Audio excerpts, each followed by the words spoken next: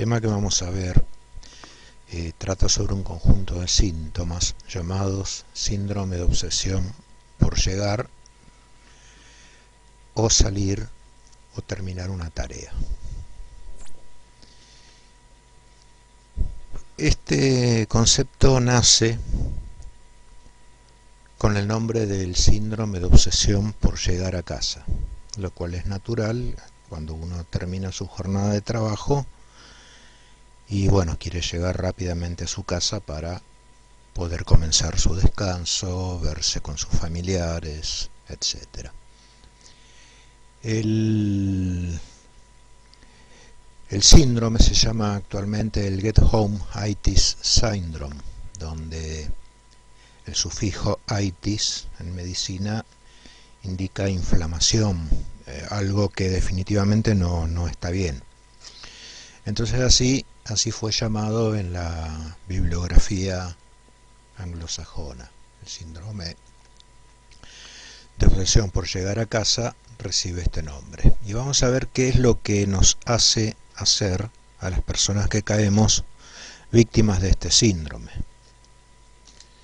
Bueno, como dije anteriormente, es un conjunto de síntomas relacionados con una obsesión por llegar a nuestra casa, al costo que sea y como sea.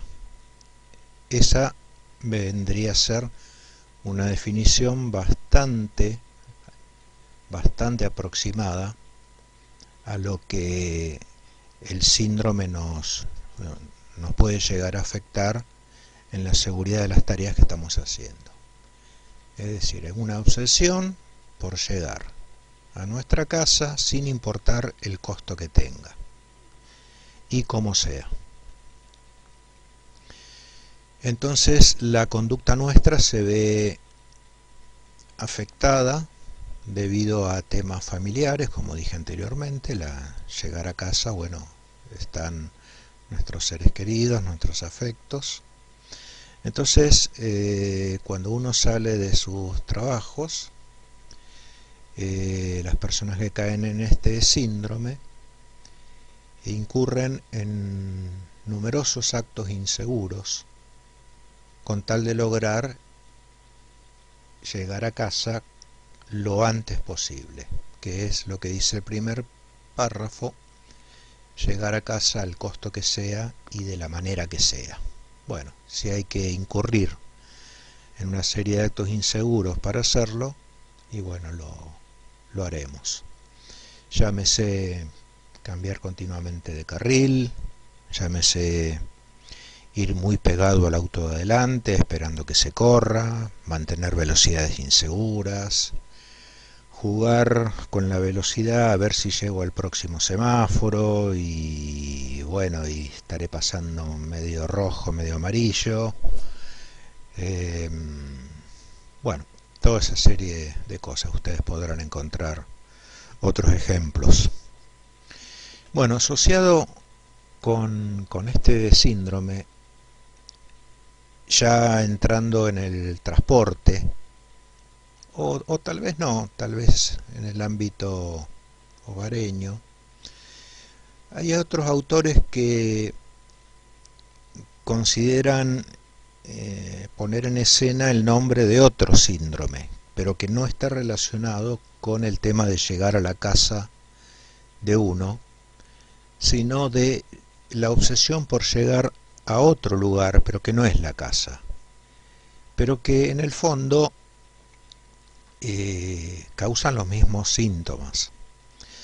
Se trata del Get There, en vez del Get Home, se llama el del Get There Itis Syndrome. La única diferencia es la palabra there, que reemplaza la palabra home. Y consiste en una obsesión por llegar a otro lado, como por ejemplo el trabajo. Uno sale de su casa y está obsesionado con llegar al trabajo porque no quiere llegar tarde en su primer día de trabajo o en un día donde debe hacer una presentación importante a los directores de otras áreas. Y al costo que sea y como sea, podré cometer muchos errores en mi trabajo, pero no llegar tarde el día en que quizás me esté jugando una promoción o un ascenso. Entonces esta serie de síntomas relacionados con una obsesión por llegar a casa o por llegar al trabajo es lo que nos causa salirnos de las conductas habituales seguras para cometer numerosos actos inseguros.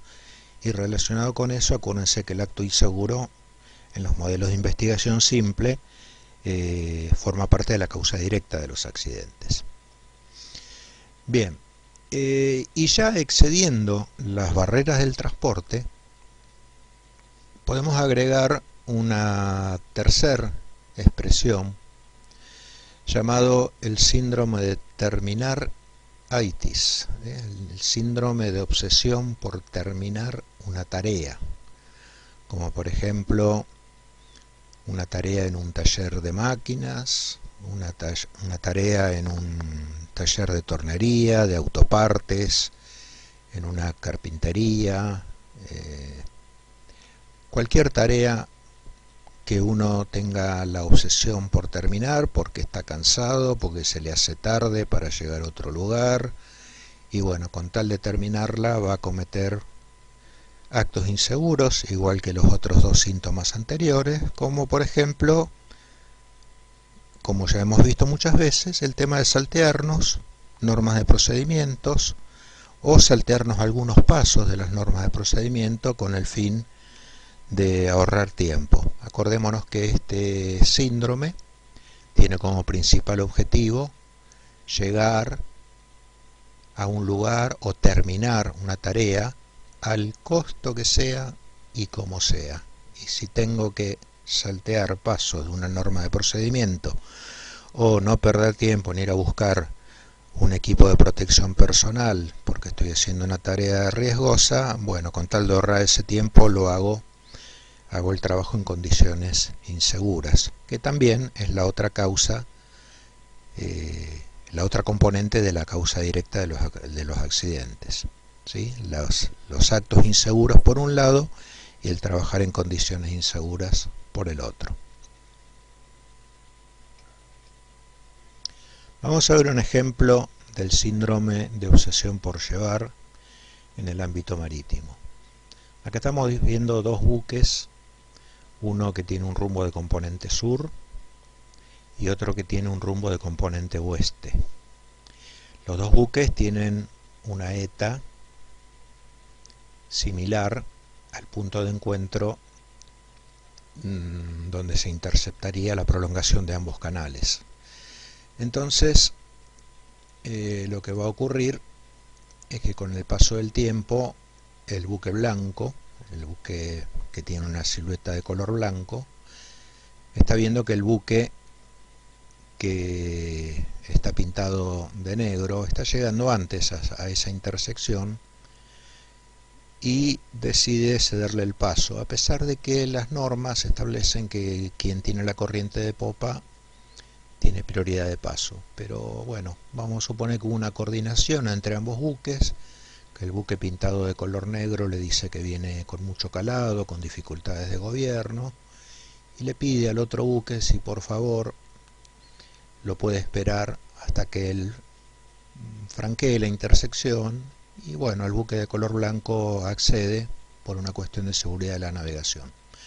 Pero vamos a suponer que la corriente en este momento es muy inhabitual a la que hay habitualmente. Es una corriente que tira con más intensidad de la habitual. Entonces el tiempo sigue pasando, ya coordinaron que el buque blanco espera, reduce la velocidad y bueno, al reducir la velocidad el abatimiento, acuérdense, el abatimiento aumenta su valor, mientras el otro buque coloca toda máquina para tener mejor gobierno y franquear la proa del buque que gentilmente le ha cedido el paso. Y bueno, ahí se produce el franqueo y entonces el buque con silueta blanca empieza a acomodar su buque porque él se dirige al canal que tiene rumbo de componente noroeste. Así que los buques continúan con su intención y la corriente sigue afectando al buque que tenía silueta blanca, porque ha reducido la velocidad y bueno, ahora está intentando ganar velocidad, pero la corriente también lo está afectando, lo está tirando hacia el norte, por ejemplo. Entonces el capitán intenta acomodar el buque y bueno, por algunos motivos se le desacomoda el buque y entonces hace una maniobra agresiva de timón con un golpe de máquina, ya que venía manteniendo una velocidad de media fuerza, por ejemplo, y entonces bueno, con un golpe de toda máquina intenta recuperarse de esta maniobra y bueno, va a buscar la entrada del canal y en un intento por acomodarlo, la corriente, que en todo momento estuvo actuando, hace esto. Hace que el buque sufra un accidente en ese lugar. Acá lo que podríamos llegar a pensar que ha ocurrido es preguntarnos si esto se podía haber evitado, ¿sí? Sin entrar en un sesgo contrafáctico, ¿no es cierto? Tema que vamos a volver en el futuro a ver este tema. Bueno, muy posiblemente, y esto surgiría de la entrevista posterior al accidente, el capitán del buque con la silueta blanca se empecinó en querer entrar el buque, en querer recuperar la maniobra, cuando en realidad ya por la condición inhabitual de la corriente y el viento, más las características de su buque, que fueron distintas, por ejemplo, a lo de los viajes anteriores, esta vez le costó mantener el gobierno del buque y se produjo el accidente. Y bueno, el capitán reconoce que se empecinó, surge de su propia declaración, se empecinó en recuperar la maniobra para no perder tiempo. ¿Por qué? Porque ya tenía pedido más adelante, los remolcadores para una determinada hora. Y entonces esa tardanza, los remolcadores se la van a cobrar igual por haber hecho reserva de los mismos a partir de cierta hora.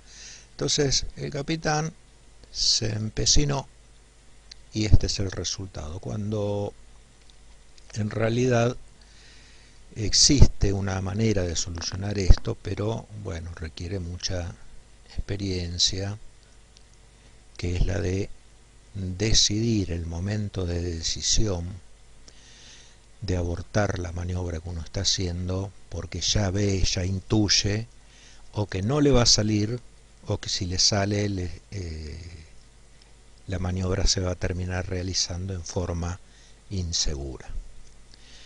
Bien, esto es lo que se llama abortar una maniobra. Y obviamente abandonar los efectos del síndrome de obsesión por llegar. Es decir, vamos a parar un minuto, como dice en el básquet, pido minuto, a ver, ¿qué es lo que estoy haciendo? ¿Me da? ¿No me da? Bueno, prefiero abortar la maniobra, perder unos minutos más y no tener que explicarle al armador por qué estoy varado en la primera boya del canal.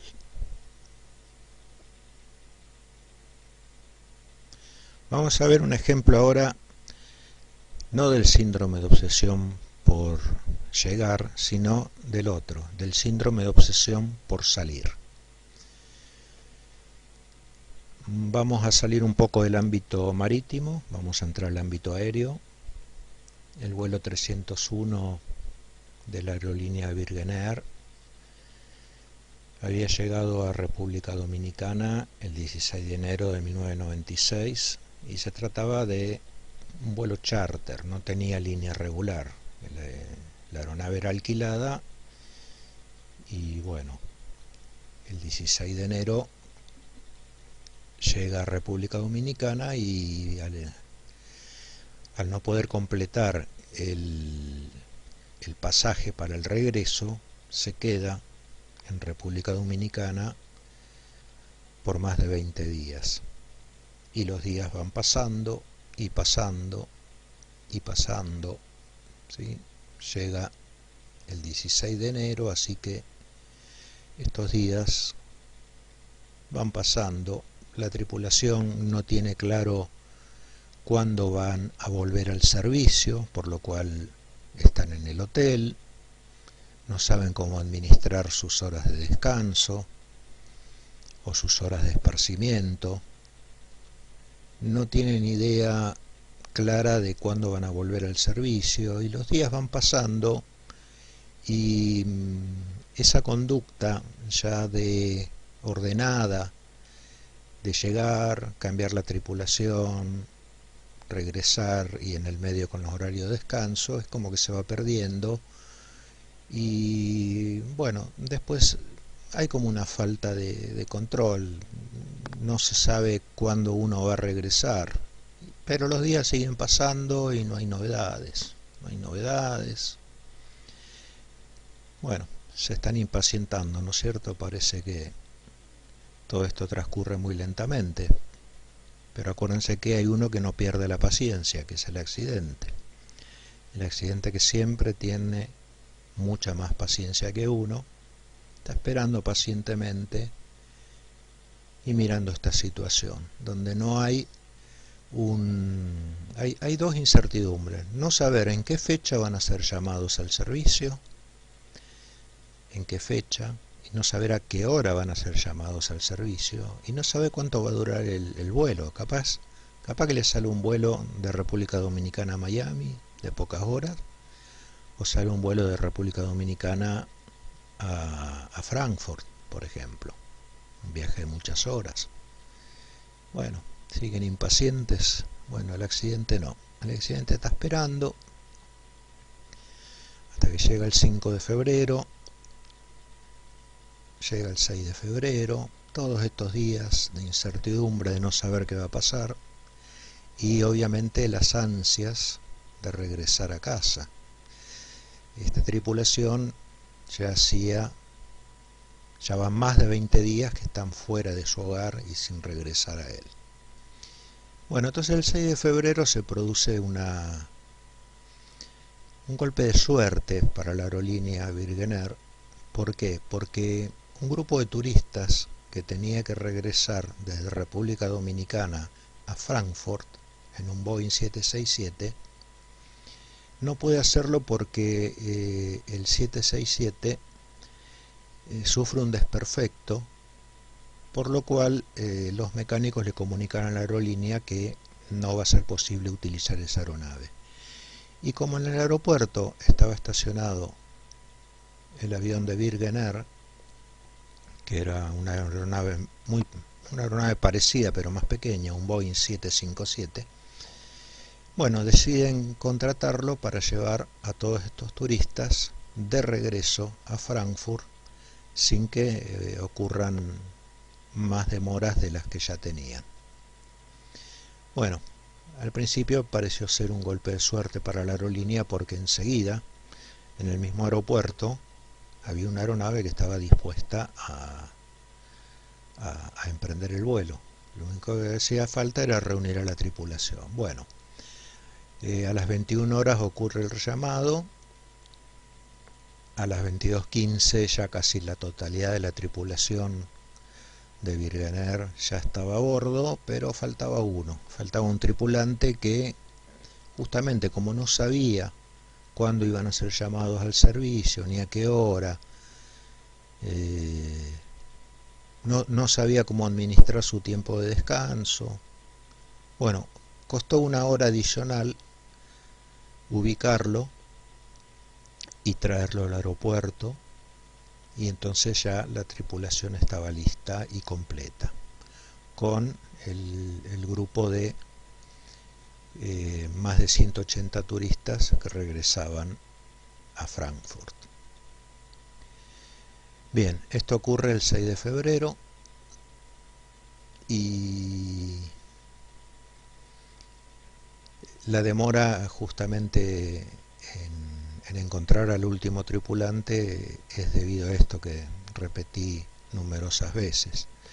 Llegó en forma inoportuna, inesperada, interrumpiendo los planes que ya había formulado para esa noche, y bueno, el aviso llegó y tuvo que incorporarse al servicio, quizás sin haber descansado lo suficiente, que es el problema que tiene esto de no saber cuándo uno va a volver al servicio. Lo que trae aparejado es que uno no sabe o es incapaz de administrar sus tiempos de descanso. Bueno, vamos a ver lo que pasó. Acá tenemos que explicar algunas cosas. Para que una aeronave despegue, tiene que alcanzar una determinada velocidad, y hay varias velocidades. Vamos a mencionar algunas de ellas. ¿Sí? El avión acá está en la cabecera de la pista 12, como se puede ver, y ahí tiene que colocar potencia para despegar. Eso le va a hacer adquirir velocidad a lo largo de la pista, y a lo largo de la pista va a llegar un momento en que alcance una velocidad llamada V1, alcanzada la cual el avión ya es incapaz de detenerse en lo que queda de pista. Se llama velocidad de decisión, y si le queremos poner una comparación con el ejemplo marítimo, sería el punto de no retorno, el lugar donde a partir del cual ya no se puede abortar el despegue, porque si aborta el despegue el avión se despista, ya no le alcanza la longitud para detenerse. Bien, no quiere decir que sea la velocidad que lo ponga en el aire, no. Un poco más adelante, como sigue acelerando, alcanza la velocidad de rotación, que es la velocidad a la cual, si los mandos se colocan hacia atrás, la nariz del avión se levanta, mostrando intenciones la aeronave de despegar, y unos instantes después alcanza la velocidad V2, que es mayor a las otras dos, que es una velocidad que permite que el avión alcance el extremo de la pista con una distancia segura debajo de él, que es de 15 pies. Bien, pero en la aviación el tema de la velocidad es un tema muy importante, para la cual antes de que el avión llegue al aire hay que comprobar si los instrumentos de medición de velocidad están funcionando adecuadamente. Antes de alcanzar la velocidad V1, que podría ser de 140 nudos, 150 nudos, hay un momento en que se alcanza los 80 nudos, que es la velocidad de comprobación de los instrumentos de medición de velocidad. Esto es una norma de procedimiento aeronáutica, y estamos hablando de esto por este tema, el síndrome de obsesión por salir. Estamos hablando de una tripulación que hacía 20 días que estaba en este lugar, sin saber qué hacer, sin saber cuándo iban a retornar, y ahora por fin volvían a su casa. Bueno, en la carrera de despegue se da obviamente potencia a los motores, la aeronave comienza a acelerar y a moverse por la pista. Llega un momento en que alcanza los 80 nudos de velocidad, y el primer oficial, como es rutinario, mira su instrumento, mira su velocímetro. El primer oficial se sienta del lado derecho y ve que su indicador está indicando tanto digitalmente como analógicamente que se han alcanzado los 80 nudos, y entonces expresa en voz alta esa condición, 80 knots. En ese mismo instante el capitán tiene que mirar su instrumento y comprobar si marca lo mismo. Si el instrumento del capitán marca lo mismo, se continúa con el despegue y después se seguirá con el procedimiento. Pero miren lo que ocurrió en este caso. el vuelo 301 de Wegener. Al comprobar el primer oficial que se habían alcanzado los 80 nudos, el capitán mira su propio instrumento, su propio velocímetro, y está marcando una cosa totalmente fuera de lugar. Está marcando 3 nudos apenas. Entonces observen claramente la posición de ambos velocímetros. Por normas de procedimiento, acá el capitán tiene que decidir abortar el despegue. No está permitido despegar en esta condición, y el despegue se puede abortar porque todavía no alcanzó la velocidad V1. Acuérdense que a partir de V1 ya es imposible detener el avión en lo que queda de pista. Así que no hay ningún impedimento para que aquí se retraigan los mandos, se apliquen los frenos a las ruedas y el avión se detenga. Se llegue a alguna salida, como las que están marcadas en color gris, se retorna a la terminal y se proceda a revisar el instrumento que ha fallado. Pero esto no fue lo que ocurrió. Lo que ocurrió es que, tratando de ver qué es lo que pasaba, el avión perdió valiosos segundos, llegó a la velocidad V1, superó la velocidad de rotación, el capitán decide despegar y ver durante el vuelo si puede volar con el instrumento que marca correctamente el del copiloto. Y digo correctamente entre comillas, porque si ya el instrumento del capitán estaba con una falla, ¿por qué no pensar que el del copiloto también estaría fallando?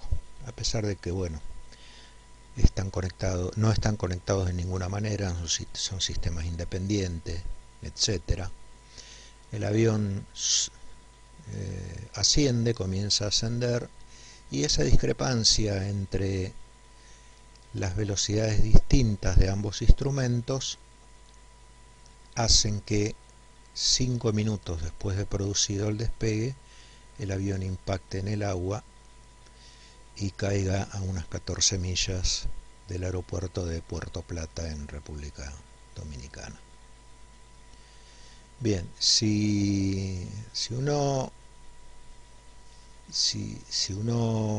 pudiera tratar de explicar esta conducta de no haber abortado el despegue como correspondía, teniendo tiempo suficiente,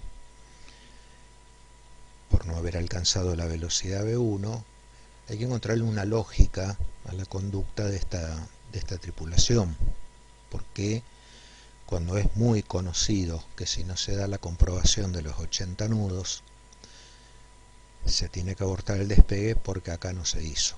Bueno, y podrían haber un montón de explicaciones, una de las cuales podría ser que la tripulación estaba afectada por el síndrome de obsesión por salir. Por ejemplo, y esto es una conjetura, hacía 20 días que no volvían a casa, por fin habían conseguido completar la totalidad del pasaje, y si el capitán abortaba el despegue, lo iban a conducir a la rampa, los pasajeros iban a tener que bajar a la terminal, y como no eran sus pasajeros sino los de otra aerolínea, la otra aerolínea podía decidir, bueno, si este avión también tiene problema, contrato un tercero. Así que la perspectiva que quizás el capitán se hizo en su mente, ¿sí? No podemos hablar por él porque no sobrevivió, era que si no despegaba, otra vez tenían que volver a quedar por un tiempo indefinido en un lugar desconocido, lejos de su hogar, y que muy probablemente, pero no lo podemos afirmar con certeza, el capitán y su copiloto y los otros 2 pilotos que iban con él en la cabina no le advirtieron que abortara el aterrizaje, o sea, formar un equipo. Al no comprobarse la verificación de los 80 nudos, todos tienen que reaccionar abortar, abortar, abortar. Pero bueno, ninguno de los 4 lo hizo, quizás por estar afectados por el síndrome de obsesión, por salir de ahí de una vez por todas. Ya 20 días en ese aeropuerto pudo causar alguna sensación de malestar, el tema de volver a casa, pudo haber hecho lo suyo y bueno, es probable que esta tripulación haya sufrido o haya caído en la... Bien, así que una serie de discrepancias de lectura entre 2 instrumentos hizo que tan solo 5 minutos después del despegue este avión impactara en el mar. Vamos a ver ahora un ejemplo más cotidiano, también llamado el síndrome de obsesión por llegar. Por ejemplo, cuando estamos obsesionados por llegar a nuestro trabajo y se nos hace tarde y no es un día de trabajo como todos, un día importante donde tengo que exponer un trabajo que me dieron para analizar, para otra compañía que vino de visita, y entonces bueno, me encuentro con, a pesar de haber salido con suficiente antelación, previendo contingencias, bueno, ese día hubo más contingencias de las que podrían haber, y entonces bueno, uno puede llegar a caer en el síndrome de obsesión por llegar, mostrando una conducta imprudente, cambiando continuamente de carriles, manteniendo velocidades inseguras, pasando a distancias inseguras de otros vehículos. Entonces uno comienza a conducir temerariamente, ¿sí? Esto todo ya lo hemos mencionado, cambiando constantemente de carril, siempre anunciar las maniobras con la luz de giro, con lo cual pone en peligro a los otros automovilistas. Esquiva todo lo que esté circulando a menor velocidad que usted, porque usted se propone llegar a su trabajo, como dice la imagen, cuanto antes y al costo que sea. Y si es haciendo esta serie de actos inseguros, y lo va a hacer.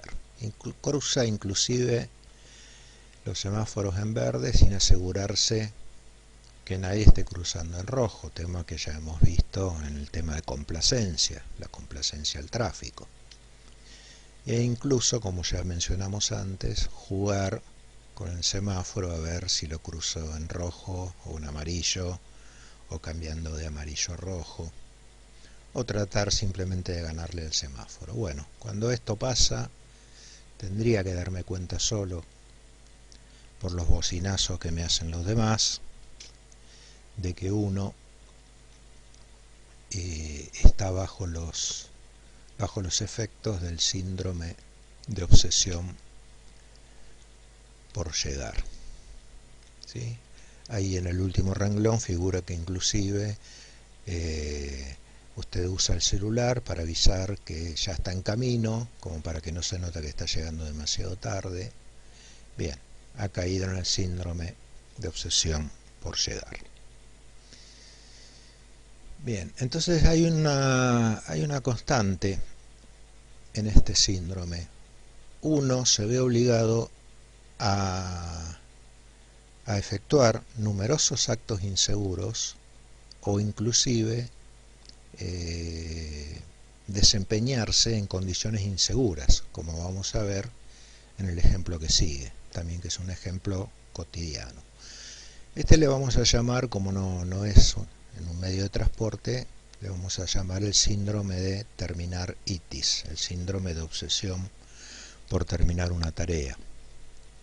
Como por ejemplo, cortar las ramas de un árbol, podar un árbol, una tarea de jardinería.